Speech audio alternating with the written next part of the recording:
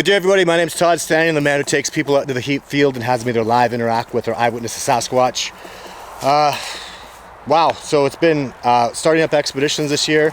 Obviously the COVID is really hindering that significantly, but what's happened is during my recon, I have a couple of brothers who've been working with me for a few years. They've been training with me, and they went out to the spot, so the famous spot where Jake came out upon the women years and years ago.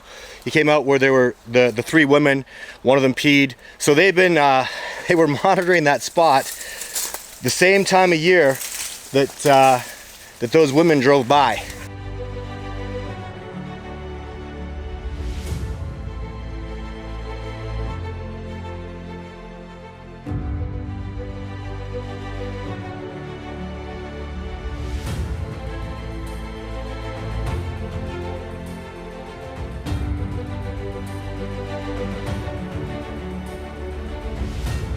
I've taken out dozens of wildlife officers, PhDs, and had them live interact with Sasquatch on multiple occasions. I want to talk about probably one of the most amazing Sasquatch encounters I have ever heard of. What happened was, and this relates to me and a Sasquatch that I filmed that I call Jake. He's my Video 5 Sasquatch, and so anyways, in 2010, in the spring of 2010 was when I was able to acquire the Video 5 footage, as I call it, of Jake, which is very, very profound, amazing footage. And what happened was, in 2010, that same year, later on that year, three women that were driving down the highway by where, probably 40 miles from where I filmed Jake, saw Jake. And this encounter, so this is the way they've told me what they experienced. So it was the sun was going down, so the light was kind of mediocre. And what happened is these three girls, one of whom is a nurse, and they're all willing to testify in a court of law to this having transpired. So they were driving down the highway, and one of them had to go to the bathroom. So she proceeded to go out to the bathroom, and this is like highway in the wilderness. This is a crazy, in fact, I'm not going to even pull any punches about it. It's the Kootenai Highway, where Sasquatch are very, very famous. So these three girls stopped. One of them went out to go to the bathroom on the side of the road just outside of the light.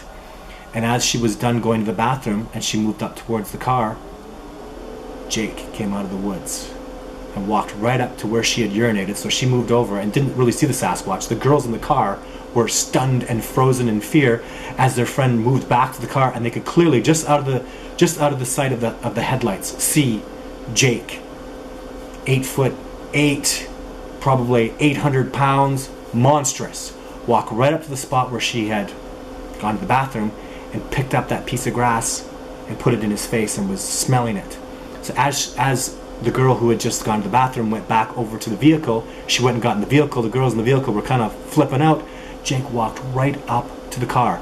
Now he walked up to the car, the girls say, to stay out of the headlights. The headlights, he didn't want them in his face. So although he was quite well lit up, he moved right up to the car and stood right in front of the car and put his left arm on the hood of the car while he had this piece of grass and was smelling it, while the girls were there pretty much stunned in shock. They told me things like they could see his nostrils moving, his eyes blinking. They were standing there stunned, looking at an enormous Sasquatch. I mean, it doesn't get there couldn't be a more significant sighting than this. It's amazing. Three of them saw this.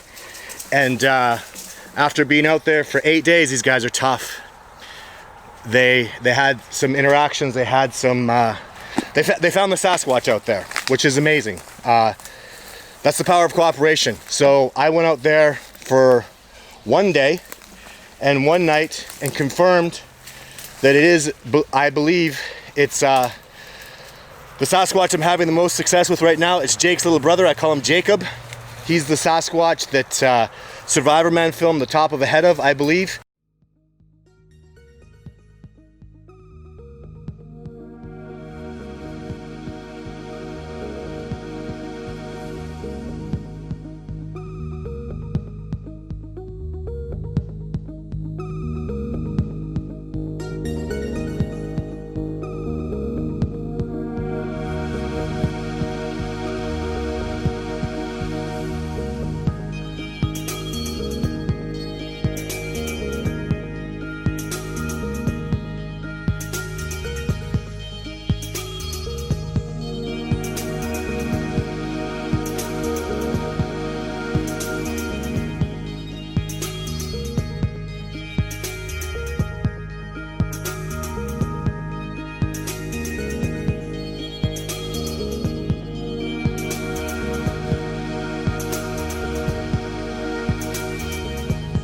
I believe he was approximately 8 years old when Survivor Man filmed him when he came around the top of the mountain that night at Radium.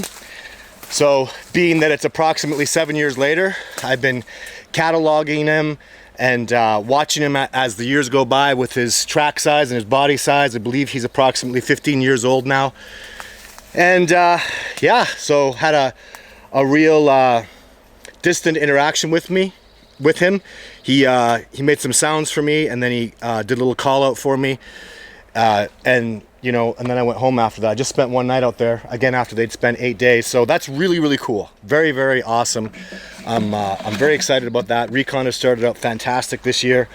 Thanks to the building of this cooperation. These two brothers, boy, they're tough kids, tough guys. They're not kids, I guess. They're 30-year-olds, but awesome guys. I'm super happy to have them involved. They're locals within 200 miles of the research area, so maybe not so much locals, but they're within the general area, which is good. So they had really good success. I'm really proud of them.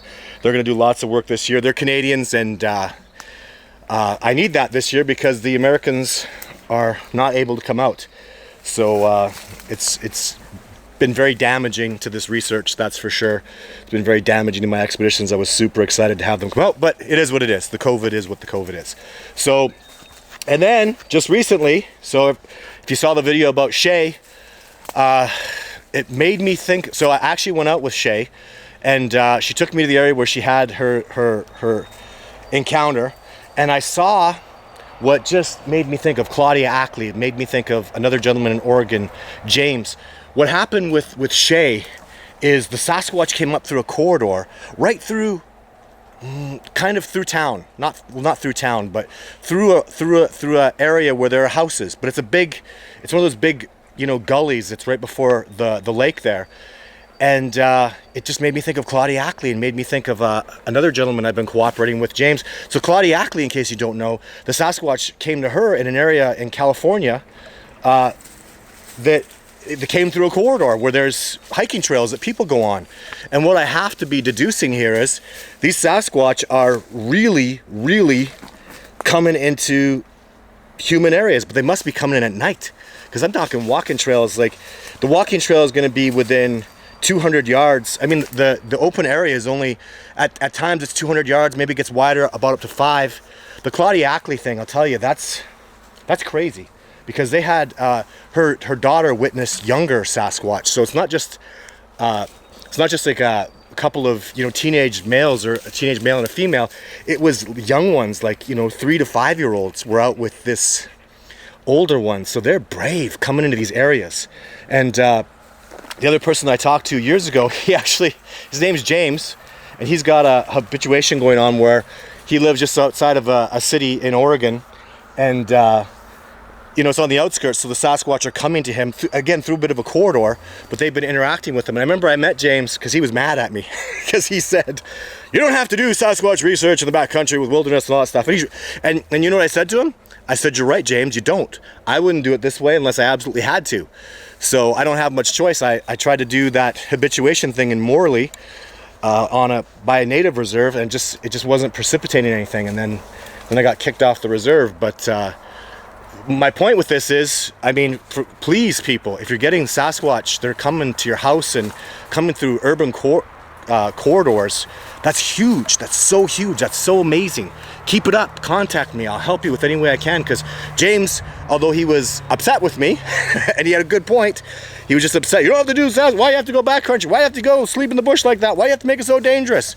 You don't. And I don't want to. But I'm not having success like you are, James. That's working out so well for you. So very interesting though. It's very perplexing to me how the Sasquatch are coming out like they are into these corridors. It's totally amazing. So for any of you that are getting that happening, you know, wow, fantastic to you. And excited about the research this year. So with Jacob, a lot of movement is happening with this group of Sasquatch. We're seeing a pattern where they're at certain times a year, which is absolutely fantastic. So very exciting stuff. So thanks for tuning in. That's my Sasquatch Sunday for today. Thanks to Shay and James, who I was speaking with this week and who took me out and had some conversations with me. And I'm hoping to contact Mel sometime soon. If you guys didn't see the Mel Sasquatch video, she's a lady. That was her video, was the Sasquatch are, you know, whatever, 100 miles from where the president sleeps. So she's in the she's on the east coast of the United States. So I'm gonna try to catch up with Mel sometime soon. I've had a lot of requests for that, which is awesome. I hope she's having good success. And just gonna keep moving forward. Lots of changes with expeditions. I'll tell you guys, with expeditions, so you know, the Americans can't come. So if you're Canadian, now's a good time to get back to me and you know, see if you can slide in the back door, because I was saying no. I was telling everybody that the expeditions were sold out, and now they're not, obviously, because 80% of the people that were coming out this year were from the United States. And man, you know, it's so frustrating too. I don't take it lightly, because these people, we've been talking together, we've been, you know, consulting, they've been training. You know, a lot of these people, this was like such a big deal for them to come out to Canada and go backcountry and do this stuff and learn these techniques that I've been teaching and see, you know, potentially see a Sasquatch. So it's really, really heartbreaking for all of us, and I'm devastated by it, to be honest.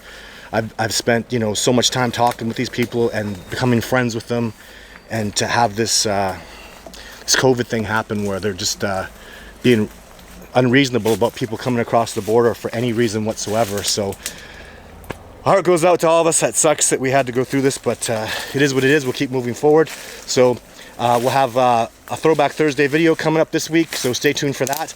And I'm live every Wednesday. The last Wednesday's show was amazing. You guys just have the most fantastic questions, and tune in for that, or send some questions to me through Facebook on Wednesday. I asked for questions early on Facebook, and I want some hard questions, guys. I want some tough, like get down, get dirty, ask me the tough questions. It helps. The questions were so great last week. I really feel like they helped this discovery move forward. That's how awesome they were. They forced me to think and really sit there and grind my gears in the brain and go, wow, that's such a good question. And it's really helped the research move forward. So fantastic. Thanks for the amazing questions, and I look forward to this Wednesday. Stay tuned. There'll be lots more coming, guys. It's going to be a good year. Take care.